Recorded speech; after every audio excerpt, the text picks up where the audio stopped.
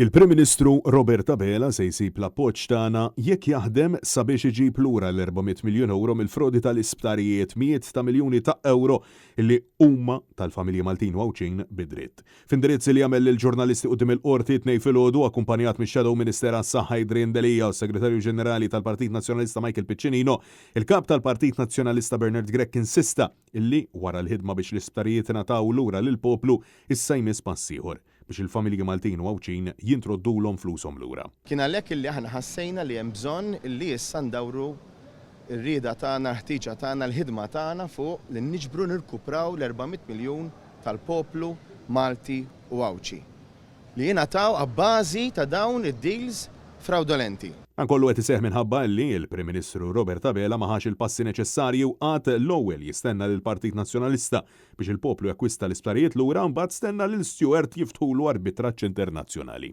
Wasanna biex ftaħna din il-kawża għaliex meta ħadd ma jrid jaqbes għall-interessi tal-poplu Malti u Wawċi, kif diġà qalet Qorti tal-Appell li dak li sar fil-kawżi fil-kuntratti kienu kontra l-interess tal-poplu, allura ħassejna li kellna mmorru quddiem il-qorti biex nagħmlu din il-kawża. Il-kap tal-Partit Nazzjonalista insista li l-Gvern diġà għandu l-appoġġ tiegħu u tad-deputati nazzjonalisti fl-arbitraġġ għaliex huwa biss grazzi għal kawża mirbuħa mid-deputat Adrian Delija biss li jista' joħroġ rebbieħ. Issa saħaq li minkejja dan kollu xorta waħda Abela mhux qed jinsisti biex il-mijiet ta' miljuni ta' euro kollha jintraddu lura lill-familji Maltin.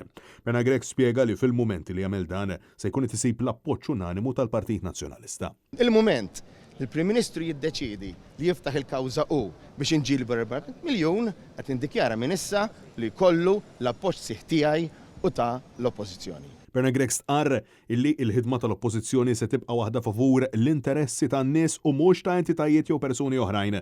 Insista li l-Partit Nazzjonalista se jibqa' jsus wara l-Gvern sabiex l-interessi tal-familji ikunu salvagwardati.